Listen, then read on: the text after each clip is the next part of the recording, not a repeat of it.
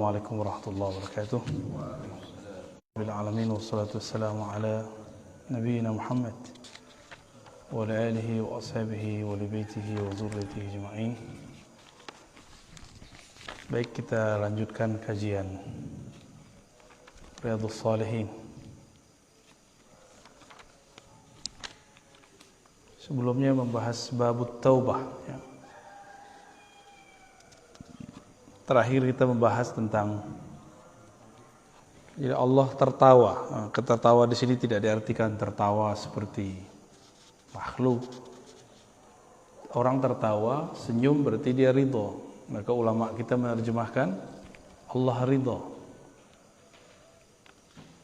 Atau Allah merasa senang kepada dua orang masuk surga yang salah satunya dulu pernah membunuh yang lain. Yang dibunuh protes, ya Allah ini kenapa nih? Yang bunuh saya juga masuk surga. Ya. Nah, lalu dikatakan bahwa orang ini setelah membunuh kamu dia tobat, maka dia masuk surga bersamamu. Jadi nanti kita akan melihat ada orang-orang yang masuk surga terus dia protes. Ya, kenapa musuh dia juga masuk surga? Ya. Sekarang kita masuk ke bab as-sabar, ya, bab sabar. Sabar secara bahasa Arab itu artinya menahan, al-imsak. As-sabar ya.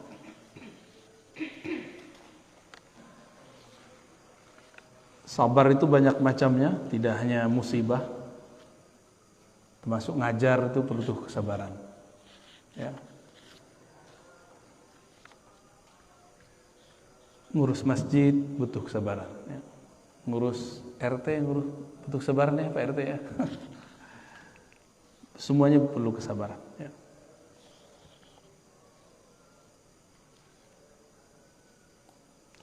Ngaji juga butuh kesabaran. Orang kalau tidak sabar dalam belajar, nah maka dia pengen instan, pengen cepat. Salah satu ciri-ciri akhir zaman ini, orang tidak mau berguru, nggak mau datengin guru, maunya langsung. Jadi dulu Imam Syu'bah dan sebelumnya ada lagi Imam Sya'bi, Amir Sya'bi mengatakan dulu ilmu ini cuma di dada ulama. Ketika ditulis, maka orang yang bisa membaca ikut membaca apa yang dihafal oleh para ulama. Akhirnya orang yang bukan ulama berkomentar terhadap agama. Dan itu terjadi tambah parah karena dulu cuma ada di tulisan. Dulu warakat. Sekarang sudah masuk ke Google, YouTube. Jadi orang-orang yang cuma nonton YouTube itu sudah berani komentar dalam agama hari ini. Orang-orang yang cuma baca di Google lembaran-lembaran maya itu sudah berani nyala-nyalain ustadz. Ya, sudah berani kemudian mengatakan wah ustadz itu sesat. Padahal dia tidak mengerti apa-apa. Ya. Nah itu terjadi. Ini zamannya adalah puncaknya.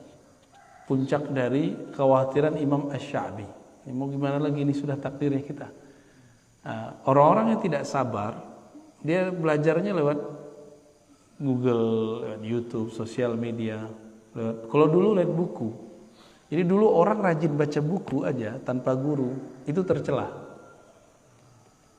Sekarang cuma pakai postingan-postingan dari Google. Tidak sedikit orang yang baru-baru hijrah, baru ngaji, terus ngata-katain saya cukup dengan link-link yang dia baca. Oh, kamu baca no link ini. Link itu menukil kitab. Lah kitabnya saya sudah baca semua. Jadi kita senyum aja, kita nggak usah kemudian membalas ya. Wa'arid anil jahilin. Allah mengatakan berpalinglah dari orang-orang yang jahil. Salah satu yang jahil seperti itu. Enggak jahil adab, jahil sehingga tidak sabar ya. Ciri-ciri orang yang tidak sabar itu gampang ingkar sebelum faham. Nah ini yang paling bahaya. Itulah ujian tertinggi Sayyidina Musa. Jadi Nabi Musa itu ketika dia diuji belajar dengan Nabiullah Khidir, ujian dia adalah ingkar. Jangan ingkar. Kata Nabi Khidir, kamu tidak akan sambung. kamu tidak akan sanggup untuk bersama aku. Ya. Lan tasti', ya. Kamu tidak akan sanggup bersamaku. Itu ujian kesabaran. Nah, murid belajar sama guru. Ketemu guru, polanya di luar yang diimajinasikan seorang murid. Bahwa murid membayangkan guru itu idealnya begini, begini. Nah, ini ujian kita nih. Kita kalau punya seorang guru, persepsi kita tentang guru, kiai, syekh, ustadz seperti ini. Ternyata nggak begitu. Kita masih berguru nggak sama dia? Kebanyakan orang nggak lolos. Nah, kita ini justru menganggap seorang guru itu seperti yang kita bayangkan. Jika berubah, kita nggak mau, dia bukan guru beneran nih. Nah, kalau begitu kita aja yang jadi guru, ya. Berarti kita maunya standar sendiri, kita aja punya guru. Kita yang jadi guru, mereka nggak usah, mereka jadi muridnya. Jadi ada orang-orang yang berguru sesuai nafsunya, persepsinya. Bukanlah berguru sesuai dengan apa yang terjadi pada guru itu. Apapun yang terjadi pada guru itu kita ridho. Nah, kalau itu terjadi, lolos latihan Nabi Khidir. Ya. Nah, ada sabar juga, sabar dalam berumah tangga. Karena di dalam Al-Quran itu dikatakan sesungguhnya surat Taghabun, pasanganmu, ya, pasangan itu baik suami ke istri, itu istri ke suami, sebagian dari pasangan dan anak-anakmu aduwwal lakum, dapat jadi musuh kamu. Benar ya? Makanya ada orang tengkar nggak? Dulu nikahnya indah-indah, tapi kemudian tengkar. Ya itu dia. Karena kadang pasangan anak bisa jadi musuh. Ya.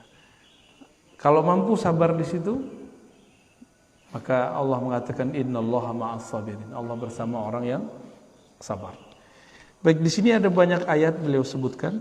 Ada 1, 2, 3, 4, 5 ya, di bab ketiga. Lalu ada banyak hadis. Nah, kita ambil beberapa ayat. Allah berfirman, Bismillahirrahmanirrahim.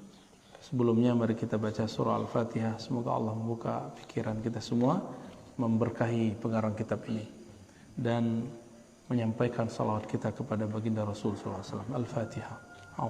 Bismillahirrahmanirrahim. Ya kemudian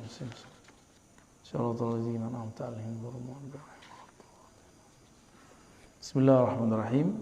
Ya ayyuhalladzina amanu isbiru wa sabiru. Nah, ini akhir dari surat ketiga, surah Ali Imran. Wahai orang beriman, jadi yang dipanggil untuk sabar itu cuma yang beriman. Ya ayyuhalladzina amanu isbiru, wahai orang beriman, isbiru, bersabarlah, bertahanlah. Wasabiru, dan berwasiatlah satu sama lain dalam kesabaran. Nah, jadi kalau di rumah tangga, kadang kita yang sabar, kadang pasangan kita yang sabar. Kalau kita di komplek, ya, kadang kita harus nahan-nahan diri. Ada juga sabar yang jarang dibahas orang, adalah sabar menahan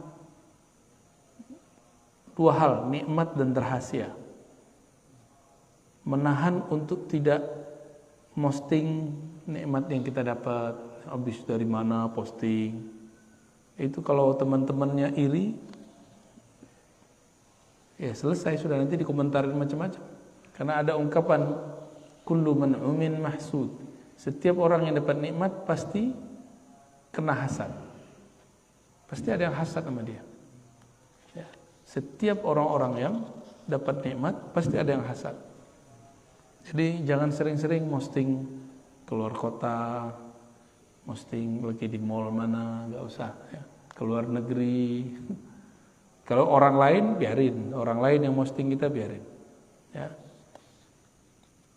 Karena ada beberapa kawan itu nggak kuat ya melihat orang lain dapat nikmat, nyesek dadanya. Ya.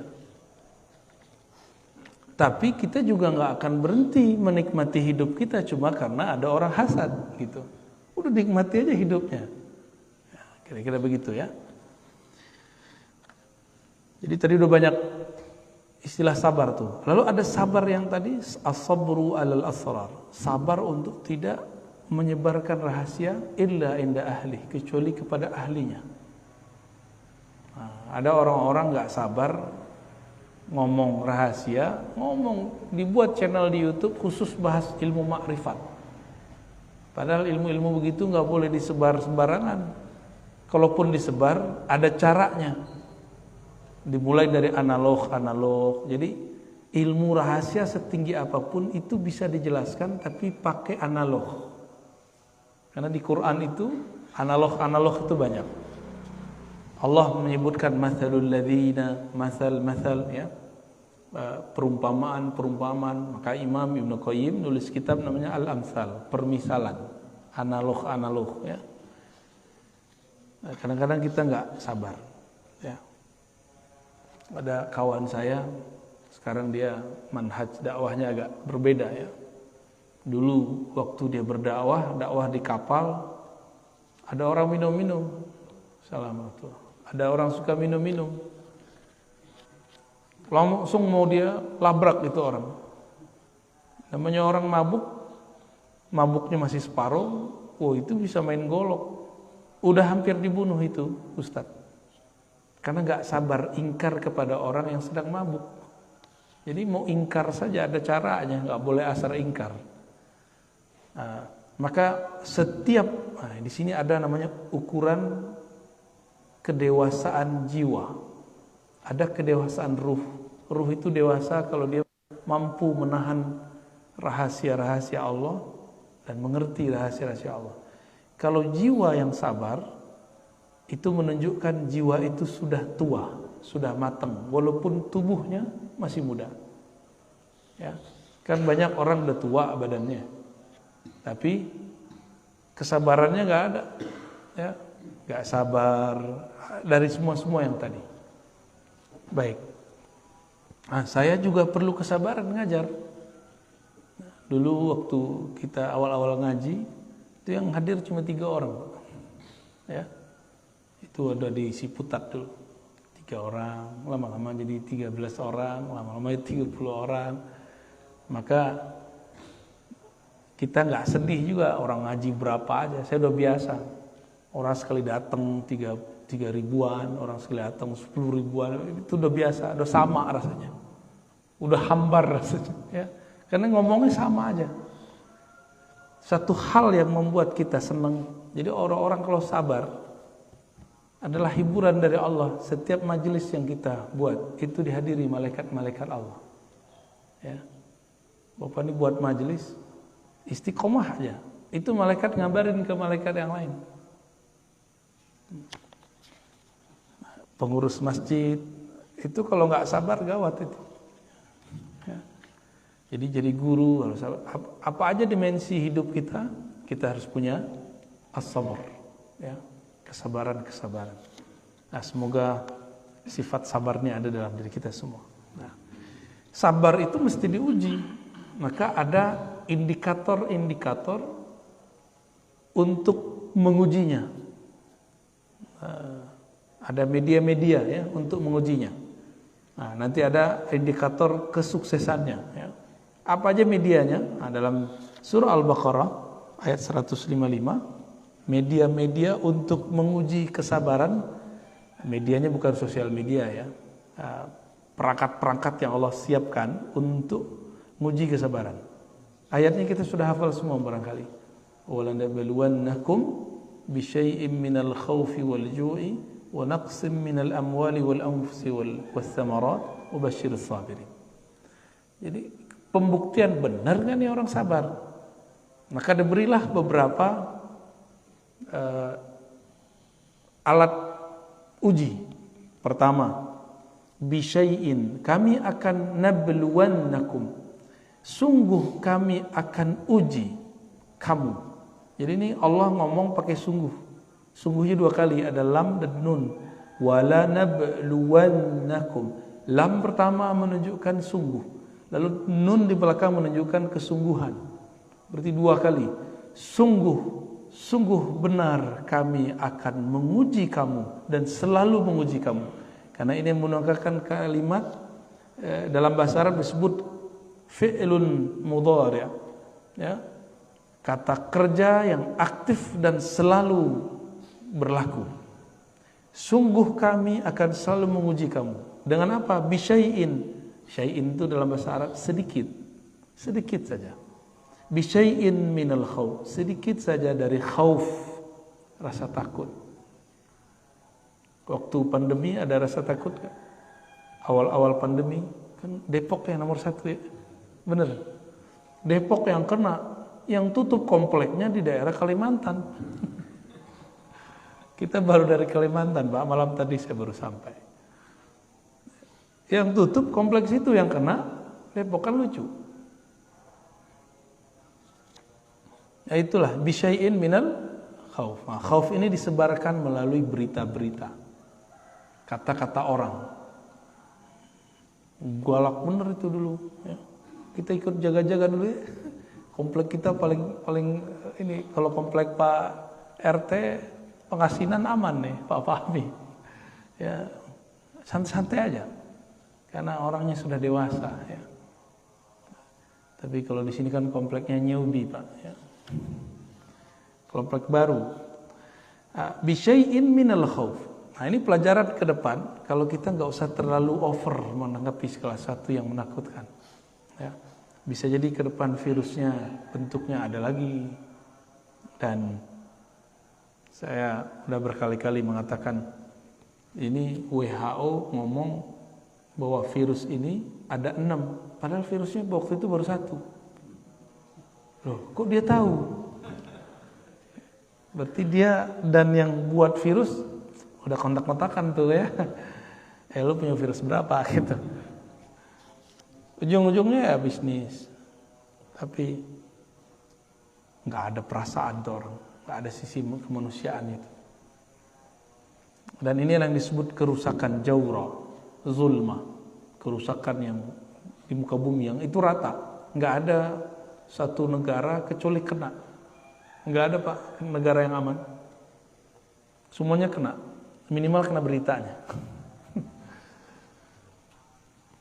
Wal ju', lapar. Nah ini berat ini. Ya. Saya masih ingat waktu pandemi itu sudah memuncak. Puncaknya bukan di angka pandemi, tapi di dompet. Apa kata kawan saya? Biarlah kami berperang dengan perut daripada berperang dengan virus. Virus biarin. Tapi kalau mau perut kami nggak kuat. Akhirnya keluar dari itu, semua penjagaan menjadi ditabrak semua. Tapi kasihan ya, itu benar-benar menegangkan saat-saat itu. Kita takut ketemu orang. Masjid ini masih ingat kita buat majelis ya waktu itu ya, buat majelis tajwid. Saya sudah lama Pak nggak ngajar tajwid. Selama pandemi itu kita hidupkan masjid, waktu itu cuma berapa orang kita ngaji tajwid. Tapi belum beres saya udah kabur lagi. Maaf ya Pak ya. Nanti yang ngajar Ustadz Zain mana Ustadz Zain? Pulang kampung habis. Enggak, masih balik lagi. Alhamdulillah. Seharusnya beliau tuh yang ngajar tajwid. Masa kita semua yang ngajar, udah hadis kita yang ngajar, Quran kita ngajar, tajwid yang ngajar, tamak banget saya itu ya. Terpahala sama saya semua ntar. Wa naqsin minal amwal, ya. Dan kekurangan sedikit kok, naqsin min. Nah, ini menunjukkan sedikit kurang dari harta. Selama pandemi, Masya Allah juga banyak orang yang tadinya gajinya wow ya, mobilnya wow, perumahannya wow, tapi semuanya kredit. Gaji hampir 100 juta, ada yang lebih. Pandemi tiba-tiba menjadi nganggur, jobless. Itu rumah belum selesai, rumahnya gede. Jadi nggak kayak rumah kita, Pak. Rumah kita kan kecil nih, sini standar lah ya. Mobilnya Masya Allah. Itu dia bingung, ya, banyak juga yang stres. Maka kemarin itu lebih banyak orang meninggal karena stres daripada virus. Ini hemat saya loh ya. Karena kita teman-teman saya yang meninggal sebelum sebelum kena virus ke apa. Tapi kebanyakan dia stres duluan. Gimana nggak stres? Orang udah sakit, satu ruangan sendiri. Stresnya itu. Wah, itu lebih dahsyat stresnya. Kalau dia nggak belajar ilmu mengenal Allah, maka dia nggak tahu cara memanfaatkan kesepian itu. Ya, kalau saya dulu emang senang sepi-sepi, Pak. Jadi saya dulu waktu kecil itu dilatih untuk zikir sendiri 40 hari 40 malam. Nggak boleh ngomong kecuali sepentingnya. Kita cuma 3 tuh ya di surau itu. Saya di tengah, di sudut teman saya, itu bertiga aja. Kita nggak ngomong-ngomong kecuali di waktu-waktu tertentu. Lampu yang dihidupkan cuma lampu kecil sekali. Sehingga udah terbiasa sepi. Kayak saya bilang ke orang di rumah, kita cari rumah yang agak ke hutan-hutan yuk. Nggak mau deh. Sudah terbiasa sepi gitu. Maunya di komplek. Kalau di komplek, urusannya komplek, Pak ya. Wal anfus, ya, dan kekurangan jiwa, maksudnya mati. Nah, virus itu, inilah dalilnya. Kenapa mesti ada orang meninggal karena virus? Ini dalilnya. Bahwa memang akan selalu ada, apapun itu namanya, entahkah virus, entahkah musibah alam, bencana, apapun namanya, nanti akan terjadi. Mungkin kita akan menyalahkan virus, menyalahkan yang baru disuntikan ke kita itu apa? Vaksin. Itu kan konsep kita, Pak. Kalau ditakdir Allah, orang ini meninggal tanggal sekian, hari sekian. Dibuatlah sejarahnya biar nggak terlalu mencolok, dia meninggal setelah kena virus atau setelah dimasukin. Ya, itu cuma jangan ketipu, jangan salahkan siapa-siapa. Ya, kenapa saya katakan begitu? Ada satu riwayat dalam riwayat Imam Qurtubi. Riwayatnya menyebutkan malaikat maut yang dalam bahasa Ibrani disebut Israel, dalam bahasa Arab itu masih diperdebatkan namanya. Malaikat maut. Itu datang kepada Allah semacam demo. Ya Allah, jadi ternyata malaikat maut ini punya sisi yang lembut juga. Apa kata dia? Ya Allah, jika engkau membiarkanku mencabut nyawa makhlukmu, maka semua makhlukmu akan benci dan takut kepadaku. Terus gimana? Tenang, malaikat maut, kata Allah. Aku akan ciptakan asbab-asbab, sebab-sebab, kejadian-kejadian yang dengan kejadian itu orang terlihat dia meninggal setelah kejadian itu, padahal itu kerjaan kamu. Ini malaikat maut setiap hari mandang kita, Pak. Bapak dipandang semua setiap hari. Kalau dia berkedip, mati kita. Ini gampang sekali bagi malaikat maut untuk mematikan kita. Dia sudah punya tanggalnya semua. Tanggalnya, detiknya. Ya, jadi kalau ada kawan kita meninggal karena virus, bukan karena virus itu yang membunuh dia. Banyak kok orang kena virus di luar sana, nggak mati-mati kok. Ya. Kawan kita tiap kali ada virus ini D3 ya, kena terus, Pak. Nggak mati-mati. Positif terus dia. Nggak mati-mati. Karena emang takdir dia belum mati dengan virus itu. Mungkin dia mati nanti. Ini wanaksin minal amwal. Tapi orang kan nggak sabar. Orang kemudian menyalahkan ini, menyalahkan itu. Ya. Wathamarat. Nanti akan ada juga ujian paceklik, kurangnya buah-buahan, kurangnya bahan makanan. Nanti orang nggak akan sabar. Ya. Berarti ada berapa perangkat-perangkat alat uji kesabaran. 1, khauf, berarti psikis. Ju, fisik, lapar. Harta berkurang, berarti fisik. Materi. Al-anfus, juga fisik, manusia. Jadi ujian terberat itu justru psikologi. Ya, psikologi kita yang dihancurin. Maka dimulai dengan kata khauf. Lapar nomor 2. Maka hati-hati konsumsi berita. Alhamdulillah saya sudah nggak nonton berita, Pak. Kalau orang ngasih tahu, kamu udah lihat belum berita ini? Baru kita cari di YouTube. Jadi saya nonton berita itu lah di YouTube. Jadi nggak mau membuat kita terpapar setiap hari dengerin berita. Itu kan konyol orang hidup hari ini. Ya, menurut saya itu kekonyolan. Untuk apa dia dengerin sesuatu yang nggak penting dia dengerin? Kan buang-buang memori. Ngapain nggak dengerin Quran aja, dengerin ngaji aja? Ya.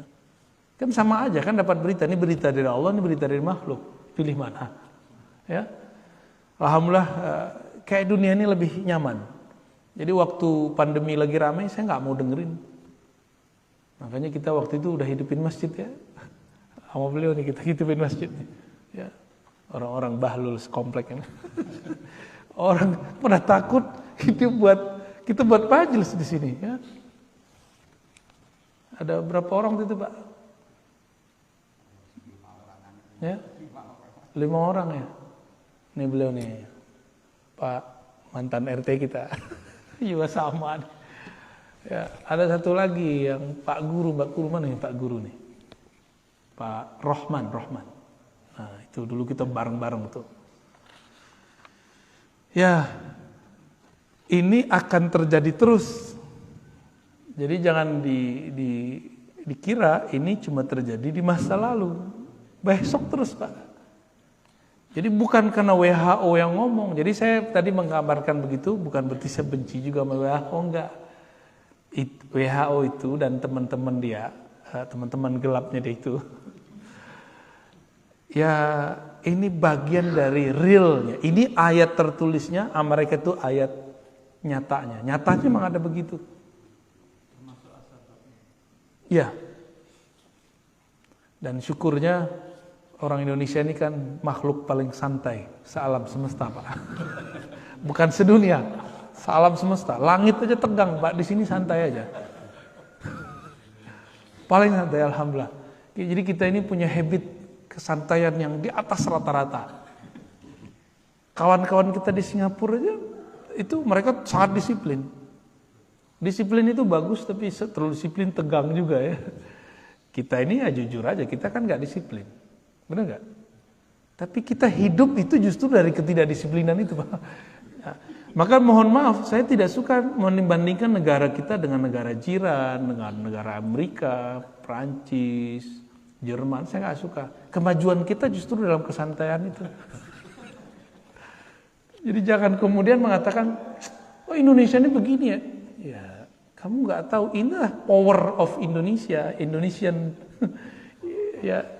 Indonesian power lah ya, al-quwah, al-Indonesia. Kekuatan orang Indonesia itu di santainya. Bapak coba lihat orang Indonesia jalan.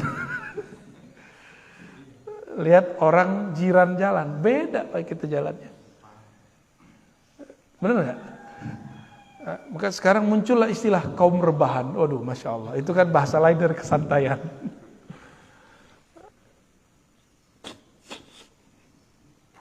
Dan saya menikmati itu ya. Tapi sesantai-santainya dia harus punya waktu serius. Nah kita serius tuh nggak usah tunjukin amat ke orang ya. Saya masa-masa serius saya sudah lewat. Itu masa-masa kuliah. Kita kuliah saya sangat serius. Saya kalau nggak perlu saya nggak temenan. Jadi saya temenan cuma sama orang-orang yang menurut saya perlu. Egois banget kan. Jadi kalau nggak penting udah saya pulang. Pulang dari dulu itu kita cuma baca. Kalau saya agak mumet saya nonton film kungfu. Nanti udah selesai masuk terus. Begitulah terus. Jadi hidup itu kayaknya begitu aja. Cuma emang itu saya niatkan untuk masa depan. Jadi bagi saya biarlah tidak kerja sambil kuliah. Saya sabar dulu duit sedikit. Sabar dulu nggak pacaran kan kawan kita nggak sabar dia pacaran duluan. Sabar dulu ya. Sabar semua orang jalan-jalan kita nggak jalan-jalan. Untuk apa? Saya berpikir masa setelah kita nanti setiap hari itu kesibukan akan nambah. Mumpung masih jomblo, belum ada tanggungan, kita latih. Dan alhamdulillah Ini waktu saya membaca sudah hampir nggak ada sekarang. Tapi alhamdulillah kalau ngajar nggak perlu persiapan lah. Karena yang mau kita ajarin itu yang dulu kita baca semua. Dan saya nggak tahu itu Pak. Yang saya baca itu dulu membaca aja. Di kampus sendiri misalnya, karena kesabaran itu, kita diminta mengajar satu materi dan itu bukan jurusan saya. Tapi saya ingat saya dulu pernah baca 2 kitab tentang materi itu dan itu cukup untuk bahan ngajar. 2 kitab. 2 kitab tuh setebel ini Pak. Kalau udah begini kan udah dalaman tuh. Taruh di kepala kan lumayan. Nah, kalau orang sabar, kesabaran menempa otak, kesabaran orang kalau kita latihan fisik. Kalau orang yang latihan fisik, yang fitness itu, dia kalau nggak sabar, sakitnya tuh. Pegel-pegel Pak. Kita pernah latihan fisik lumayan lama juga, itu sakit badan. Ngangkat berat. Kenapa dia mau sabar? Karena dia melihat ada foto atau melihat ada orang, tubuhnya six pack. Saya mau kayak gitu. Dia sabar dengan rasa sakit itu. Maka hari ini dia hanya sanggup 10 kali ngangkat, besok dia sanggup 20 kali ngangkat. Besok dia sanggup 30 kali ngangkat. Inilah hakikat sabar. Orang kalau diuji sekarang 5, nanti diuji 10 bagi dia biasa. Begitulah terus. Nanti kalau sudah 100 kali ujian, melihat yang di belakang baru diuji 3 udah melempem, dia ketawa aja. Baru segitu. Ya. Kalau sekarang ujian saya, ujian ngantuk Pak. Ngantuknya nggak susah datang, bukan gampang ngantuk, susah tidur. Tapi alhamdulillah kalau udah capek-capek banget baru tidur. Malam ini termasuk plus tidurnya. Kita setiap minggu itu keluar. Saya paling-paling cuma dapat 1 jam, 2 jam. Mau tidurnya nggak bisa. Jadi ternyata orang tidur itu harus rileks. Nah, ketemu lo polanya. Oh, harus rileks. Dalam rileks itu kita bisa tidur walaupun cuma beberapa saat. Rileks itu kalau bagi psikolog mungkin dengan cara conditioning. Tapi kita kan belajar zikir. Ternyata dengan zikir itu lebih dahsyat. Gitu. Maka orang yang tidurnya 1 jam, tapi dalam zikrullah itu sama seperti orang yang tidur 8 jam. Ini dia saksinya nih. Ya. Udah nyaksiin kalau kita kurang tidur kita biasa aja. Innama yuwaffas sabirun. Sebelumnya ada lafaz wabasyiris sabirin. Dan beri kabarlah, kabar gembira terhadap orang-orang yang sabar. Kenapa?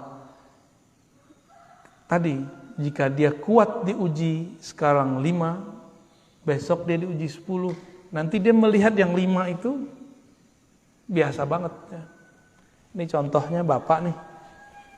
Melihat anak-anak kita sekolah, bagi anak sekolah pelajaran dia sudah musibah besar itu. Ya. Selama pandemi kita jadi tiba-tiba mendadak jadi guru ya. Nggak pernah kuliah keguruan, tiba-tiba jadi guru. Benar nggak? Makanya marah mulu anak. Guru aja marah Pak, tapi kita ini marahnya berlebihan. Makanya saya memilih untuk tidak ngajar anak saya. Ya. Kita serahin ke ahlinya. Walaupun saya seorang guru, tapi kan saya bukan guru anak kecil. Saya guru mahasiswa. Kalau guru mahasiswa kan kita bisa ngobrol. Anak kecil gimana mau ngobrol? Nah, karena kita, wah ini nggak benar ini. Kok kita memarahin anak sendiri dengan cara yang tidak benar? Tapi kita melihat, iya pelajaran anak kecil itu kan ringan bagi kita, benar nggak? Nah, kenapa orang tua bisa marah ke anaknya waktu ngajar? Karena dia punya pandangan, ini kan mudah, kok anakku nggak bisa paham? Nah, dia memaksakan kemudahan dia pada kemudahan anak. Berarti dia nggak menerima realita. Kalau anaknya masih anak-anak, jangan hukumi anak itu dengan hukum anak remaja atau dewasa. Jadi kalau nggak sanggup ngajar anak, serahin ke orang, ya, serahin ke guru. Wabasyiris sabirin, beri kabar gembira lah orang-orang yang sabar. Orang sabar ini pasti dapat farhan nanti, kebahagiaan. Innama yuwaffas sabiruna ajrahum bighairi hisab. Surat Az-Zumar ayat 10. Orang-orang yang sabar itu akan disempurnakan ajrahum. Balasan mereka, reward bagi mereka bighairi hisab, unlimited. tanpa ada lagi hitungannya. Jadi kalau orang sedekah ngasih 1 dapat 10, ikhlas sedikit 700, ikhlas bener, nah itu ikhlas, terlalu ikhlas, puncak ikhlas itu sama dengan sabar, itu unlimited. Jadi kenapa ada orang-orang kafir non muslim dia dapat keberkahan dari usahanya? Karena dia mau memberikan promo. Promo itu kan bagian dari memberi. 1 dia memberi, dia dapat 10. Itu kaedahnya. Jadi siapa saja di muka bumi ini yang memberi, bakar duit istilahnya, ya, maka dia akan dapat 10 kali kelipatan keberkahan. Mukmin ataupun kafir sama. Karena itu dalam bab rahmaniyah Allah. Allah ini kan ada Rahman, ada Rahim sifatnya. Rahman untuk semua makhluk. Nah, mereka tuh dapat Rahmannya. Maka dia promo. Orang kita yang muslim kan enggak. Barang bagus tapi enggak pernah promo. Akhirnya enggak laku-laku. Begitu juga dalam hal-hal beragama, ya. Innama yuwaffas sabiruna ajrahum bighairi hisab. Dulu saya dilatih oleh guru saya untuk zikir awalnya 1000. Terus beliau perintahkan 5000. Terus perintahin 11.000. Terakhir suruh 70.000. Habis itu beliau bilang, udah sekarang mau bebas, mau zikir berapa aja boleh. Jadi ternyata angka-angka ini cuma latihan. Udah zikir, pernah ngitung zikir nggak Pak? Nabi kan ngajarin 33, 100, 70 ya. Itu kan latihan-latihan semua. Pagi 100 itu 1 zikir. Kalau kalimatnya ada 5, ada 500. Berarti 500 kali kita melatih. Kalau kalimatnya 10, udah 1000. 1000 kali kita menyebut nama Allah. Ternyata latihan-latihan ini dilakukan oleh istri-istri Nabi. Juwairiyah, Sofiyah, sahabat Nabi, Abu Hurairah. Itu mereka punya alat tasbih untuk latihan zikir. Cuma sekarang orang udah jelas riwayatnya begitu, mereka kemudian karena dari awal sudah anti tasbih, akhirnya mengharamkan itu dan sibuk di situ. Padahal intinya zikir, bukan di tasbih, nggak pakai alat tasbihnya. Jadi kita kadang-kadang gagal fokus. Yang penting itu zikir, masalah cara itu terserah. Boleh pakai tangan, boleh pakai biji, karena itu ditunjukkan semuanya dalam hadis Nabi. Ya. Adapun orang yang melarang dia salah terjemah riwayatnya. Di riwayat itu kan Nabi ngomong, maukah engkau aku tunjukkan yang lebih afdol daripada menghitung pakai tasbih, pakai alat biji? Aku tunjukkan yang lebih afdol. Nabi nggak bilang itu tidak benar, kamu nggak boleh pakai biji tasbih, enggak. Nabi cuma mengatakan yang lebih afdol. Maka muncullah kalam. Tadinya sahabat Nabi baca subhanallah bihamdi subhanallahil azim. Itu zikirnya.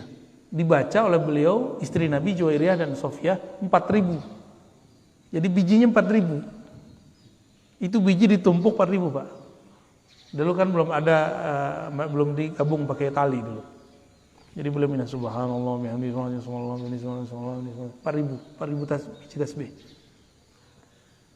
Ternyata dalam ilmu zikir, jadi ilmu zikir ini beda dengan ilmu fikih. Ilmu zikirnya ada kurikulumnya. Kurikulum pertama menghitung.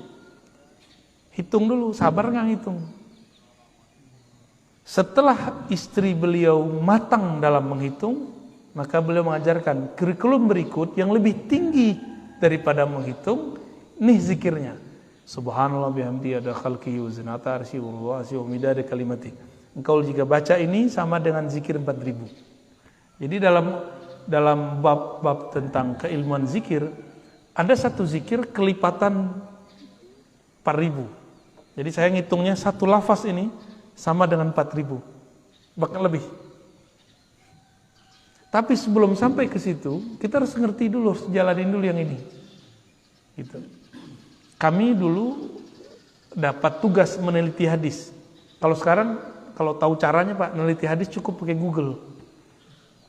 Di Google itu nggak selamanya juga jelek ya.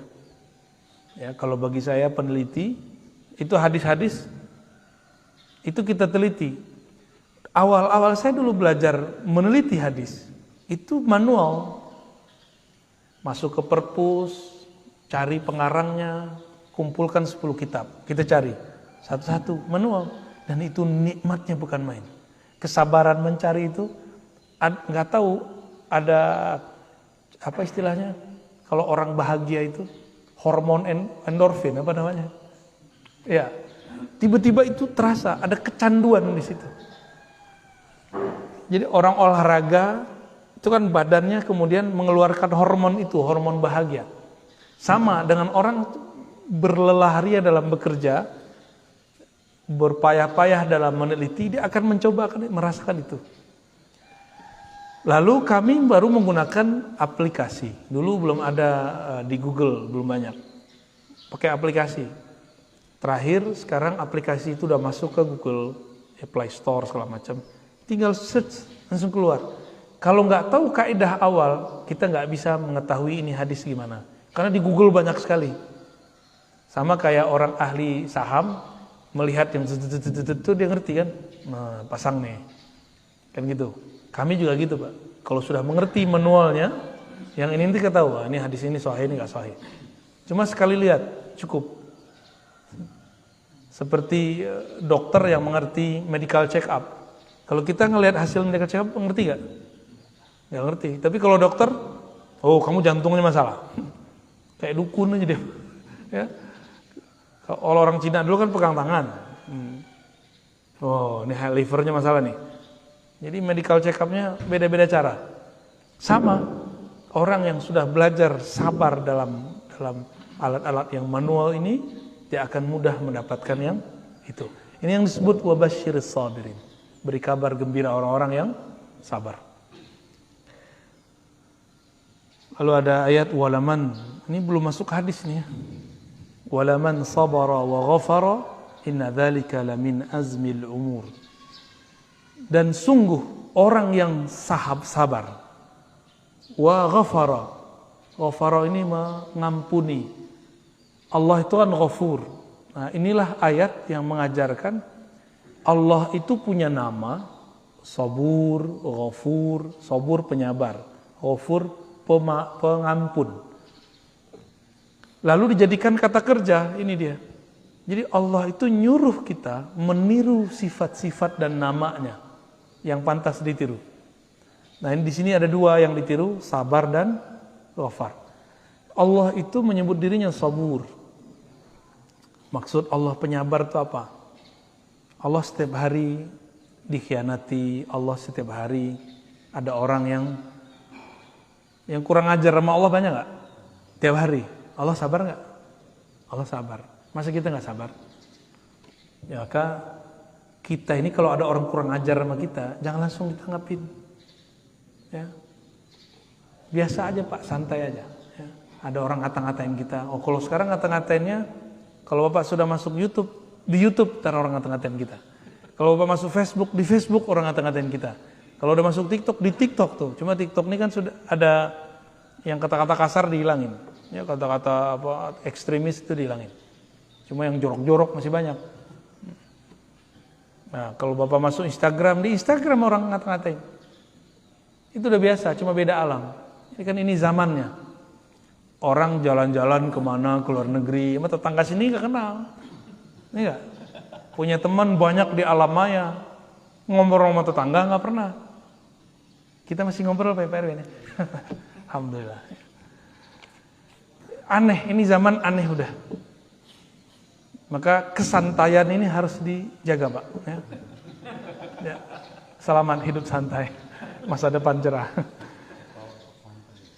Inna dzalika lamin azmil umur. Orang yang suka sabar lalu memaafkan. Nah, memaafkan, memberi ampun itu kan karena santai. Udah santai aja, kan gitu. Orang ini punya azmil umur. Dia punya inti-inti dari suatu urusan. Maka Nabi ulul azmi sifatnya dua. Sabara, ghafara. Sabar dan memaafkan. Jadi enggak ada Nabi ulul azmi kecuali dia dapat dua ini. Nabi Nuh 950 tahun, Pak. Yang ngaji itu cuma beberapa orang sama beliau. Ya. Jadi saya kalau di komplek orang ngaji segini, saya udah bersyukur bener udah, ya. Karena Nabi Nuh, Masya Allah, ya. Tapi namanya harum kan sampai sekarang. Kalau ujian Ustadz itu Pak, di luar rame, di sini enggak, makan hati. Nah, tapi karena saya sudah biasa sepi dari dulu, itu biasa aja. Ya. Dulu yang ikut cuma 1, 2, 3 kita baca dulu. Ini biasa aja udah. Maka orang kalau langsung terkenal itu bahaya. Kan sekarang banyak orang yang nggak sabar untuk syuhrah. Nah, ini kalau terjadi maka adalah ustadz stres. Pernah udah ngeliat ustadz stres belum? Saya udah ketemu ada ustadz stres, gila udah miring. Ngomong-ngomong sendiri kayak ceramah sendiri. Pengen terkenal posting sendiri. Ya, nge-like sendiri. Lah nggak ada yang like. Paling teman dia aja, ponakan dia. Kita itu nggak usah berpikir ke sana. Kita itu berpikir apa yang bisa kita buat. Nah, mau sabar di situ, maka disebut punya azm. Nah, Nabi Nuh itu disebut Nabi Ulul Azmi karena dia nahan itu 900-an tahun. Ya. Kita baru punya anak berapa tahun udah menghardik-hardik anak aja ya. Baru punya istri berapa tahun udah bilang istri durhaka. Baik, ista'inu bis sabri was salah innallaha ma'as sabirin.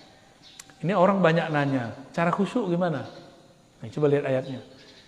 Ista'inu, minta tolonglah kepada Allah dengan sabar dan sholat. Bukan sholat dulu, sabar dulu. Sabar dan sholat. Sabar berilmu, sabar ngaji. Ini banyak sekali yang minta talqin zikir sama saya. Kita bilang, metode saya ngajar bukan langsung talqin. Talqin zikir itu membimbing orang membaca nama Allah. Enggak, yang pertama itu ngaji dulu. Sabar dulu ngaji. Karena orang yang sabar bersama Allah. Kalau sudah bersama Allah, sholat khusyuk enggak? Jadi cara khusyuk bukan dengan cara aneh-aneh. Sabar aja. Sabar ngaji, sabar zikir, sabar ngaji, sabar mujahadah, sabar khidmah. Kalau sudah sabar semua, takbir langsung bersama Allah. Karena orang sabar itu selalu bersama Allah. Innallaha ma'as sabirin. Surah Al-Baqarah 193. Jadi metode khusyuk paling cepat, sabar. Gak perlu belajar thariqat aneh-aneh. Gak perlu belajar pelatihan ini, pelatihan itu. Sabar aja. Tapi sabar versi Allah, bukan sabar versi kita. Kita kan sering ngomong, aku udah sabar tapi kok enggak, berarti belum sabar. Ya, orang sabar nggak ada ngomong begitu. Terakhir, berarti kita baru nyampe di ayatnya, tapi ini ayatnya sudah dahsyat ya. Walanabluwannakum, sungguh benar-benar kami akan selalu menguji kamu. Hatta na'lamal mujahidina minkum wassabirin. Sehingga kami mengetahui, na'lam, kalimatnya pakai na, kami di situ sebenarnya bukanlah Allah semata, tapi malaikat, wali-wali Allah, nabi-nabi Allah tahu kalau kamu ini pejuang atau orang-orang yang sabar. Ya. Mumpung belum perang. Ini kan belum perang, Pak. Nanti itu perang itu urusannya urusan perut. Negara sama negara bisa invasi nanti. Asbabnya bisa virus, disebar, segala macam. Makanya kita udah melihat gejolak itu sudah mulai muncul. Dan negara-negara yang sudah mulai sadar, mereka baca prediksi yang bagus. Mereka sudah bisa mempersiapkan militernya. Walaupun tukang komentar ya, yang ada di YouTube, sosial media mengatakan sekarang perangnya perang opini. Enggak, nanti bakal ada perang fisik. Dan itu Nabi yang ngabarkan. Nabi yang ngabarkan akan ada perang fisik. Ya, jangankan itu ya. Kita aja kalau berperang sama perut, mau perang dengan ini kan kita mirip perang dengan perut. Ya, mau tonjokan orang sekarang berani. Nah, di dalam Al-Quran dikatakan, sungguh-sungguh kami akan selalu menguji kamu. Sehingga para nabi, para wali, para malaikat tahu siapa di antara kita yang pejuang mujahidin, siapa di antara kita yang sabirin. Ya, mujahid artinya orang-orang yang berjuang. Berjuang sekarang itu beda dengan berjuang nanti. Orang yang sabar perjuangannya sekarang, dia lebih afdol daripada orang yang sabar nanti. Sama dengan orang yang hijrah sebelum Fatu Mekah dengan orang yang hijrah setelah Fatu Mekah. Fatu Mekah ini kan penaklukan Mekah tahun 8 Hijriah. Itu beda. Nah, orang-orang yang sudah mulai sadar sekarang ini, itu beda pada dengan sadar ketika nanti sudah mulai kacau. Ya. Nah, mumpung belum ada paceklik yang panjang. Kalau kata ahli ekonomi, kata ahli bahan bakar, 2030 bensin habis. Kata orang bisnis biasa untuk memajukan mobil listrik. Ya, kata orang bisnis. Tapi ini real, Pak. Ini real. Hitung-hitungan ahli pengamat tentang kekuatan bahan bakar di dunia, itu belum ketemu lagi lumbung-lumbung baru yang bisa mengcover 50 tahun ke depan.